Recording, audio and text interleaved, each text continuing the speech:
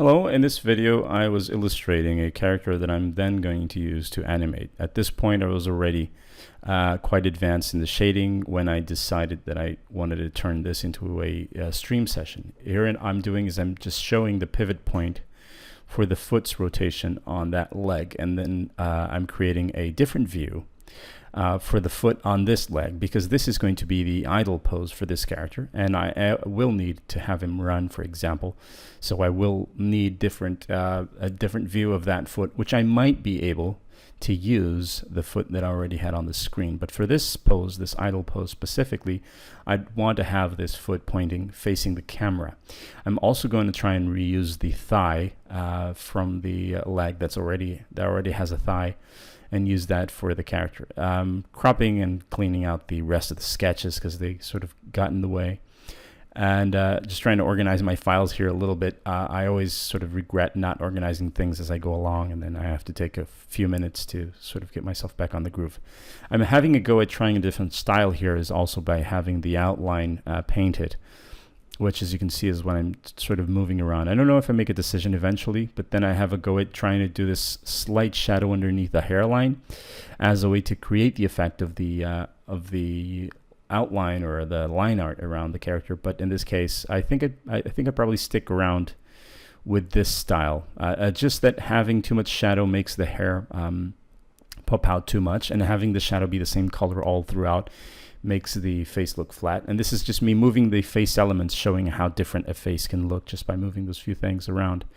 The shoulder pad is divided into two parts, the front part and the back part, because the arm has to come from in between those, and they have to be separate because the arm's going to be moving, so I can't just go and make a cut on the shoulder pad.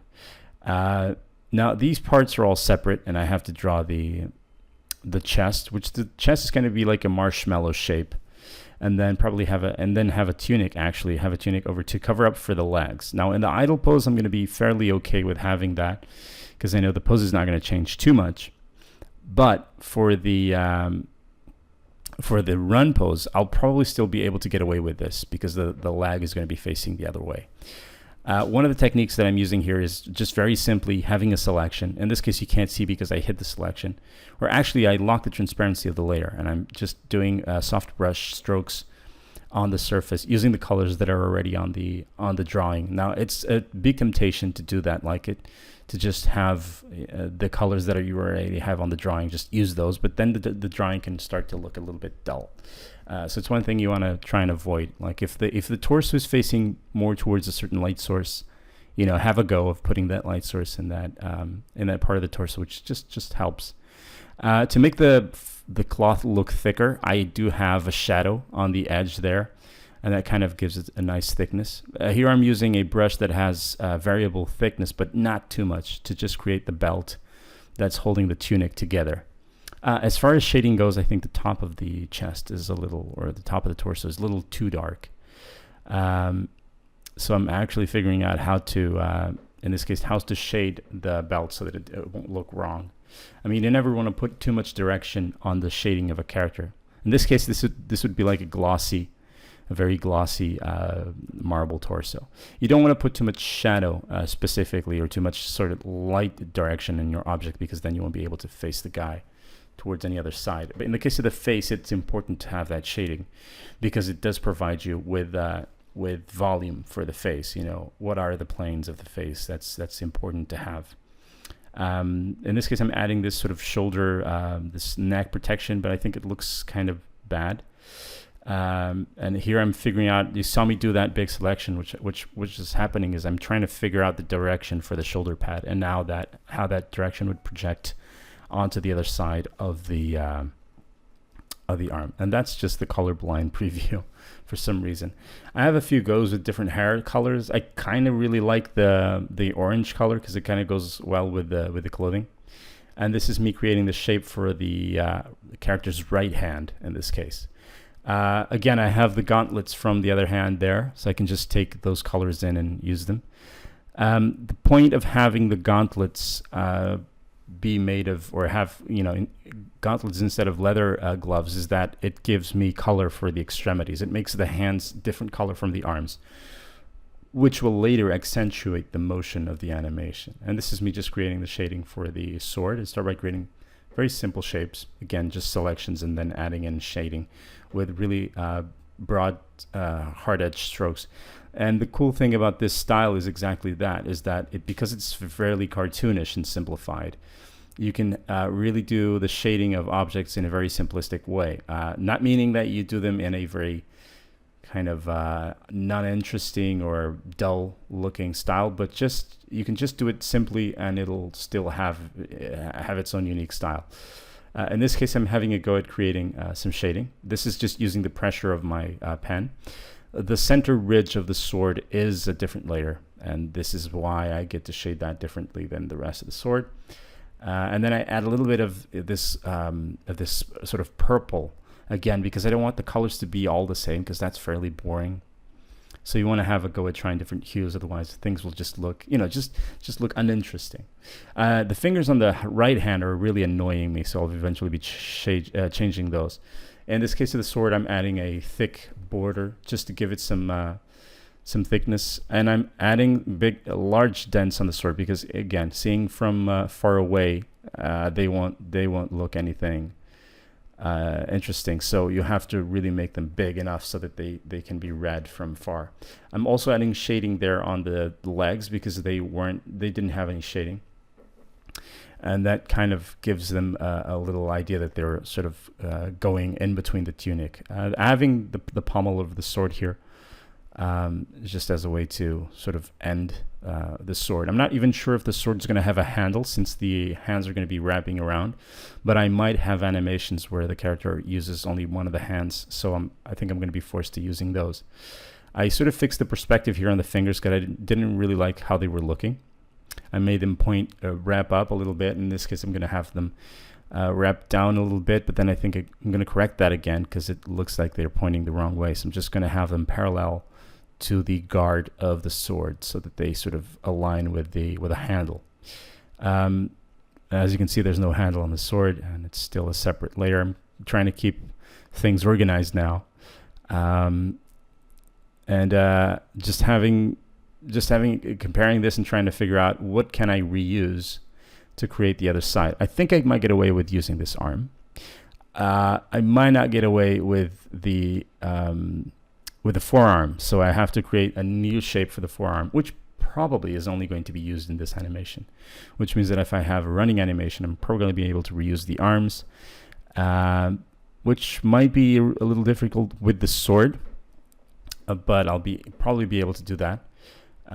Just have the sword kind of wave a little bit. Maybe the hands will still be in that position, but it's going to be hard for everything else, like pulling the sword back. I have to figure out whether or not these hands, if the length of the arms do go over the head, because if they don't, then it's going to be a little weird. If rotating the sword, you're not going to be able to get the sword up above the head. So eventually I try that as a way to check for the animation. In this case, I'm creating the shadow really quick, just duplicate everything, blur it a little bit, and then squash it down to match the direction of the light. In this case, I was doing it near towards the camera, but it looks better pointing away from the camera because the light source is supposed to be closer to the camera than the character is, or at least in one axis. Horizontally, it's closer to the camera. Adding a little bit of edge here on the sword, but I don't think it looks good. I think now that I'm looking at it, I think it kind of lacks an edge. And this is just an example of an effect that you would use if you're creating an animation. You would have to do like a big frame really quickly, the sword bashing from back to forth, and then you just have that swoosh effect. With this couple of selections, I shade the tunic, and here we go. This is me testing whether or not the hands go over the head, and they don't. But I probably will get away with it by doing it very quickly. Like in one frame, it's really close to the face, and in the other frame, it's already past the face. So it kind of works. Also, the shoulder of the character is probably going to be animated differently. So the arm is going to turn more than the shoulder pad in a way to compensate for for that. Because the character, this is not going to be used for any game specifically, but I do want to have it as believable as possible, or as sort of as plausible as possible when it comes to, are you going to use this in a game? And you can say, well, I can.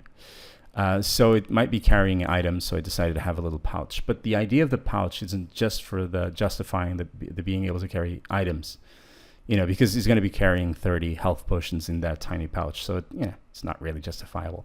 But it does have the opportunity to add secondary animation, which is something that just makes the animations almost always look nicer, because they accentuate the base animation by adding extra movement. And when you have that, the things all of a sudden look a bit more alive. And again, what I'm using here is I think at this point I'm using kind of a soft brush, but not very big, so that they don't get really hard edges, because this is supposed to be kind of rounded. One thing that I'm not sure will work well is the shadow underneath the shadow on the tunic. The pouch should be casting a shadow on the legs of the character. But if you do that, then it's probably going to be a problem. It's going to be very hard for you to be able to do that unless you have a dynamic shadow or you have a mask for the character. In this case, what I'm doing is I'm demonstrating how you can get rid of that sort of effect of a really strong texture rotating, which is by just going, as you can see there, it's very obvious that that's a different sprite. So what I usually do is I erase part of that, and with a soft brush eraser. And that way, when you rotate, you do still get the sprite to rotate, but it's a little better because there's a softer transition between what it used to look like and what it looks like now. So in a way, that's a trick that you can use to just make the transitions between the limbs and the joints in the limbs a little bit better. Shading the ears. Ears are always a pain in the neck, especially since this is a cartoon character. I went for like a realistic ear, and that didn't work well. It looks like it doesn't belong in there, so it's a mistake. It's something I shouldn't have done. But yeah, this is the shading of the character. I think it went fairly okay. I add back the neck protection just, because I had it there. And yeah, this is usually my process. I hope you guys enjoy this, and I'll see you later.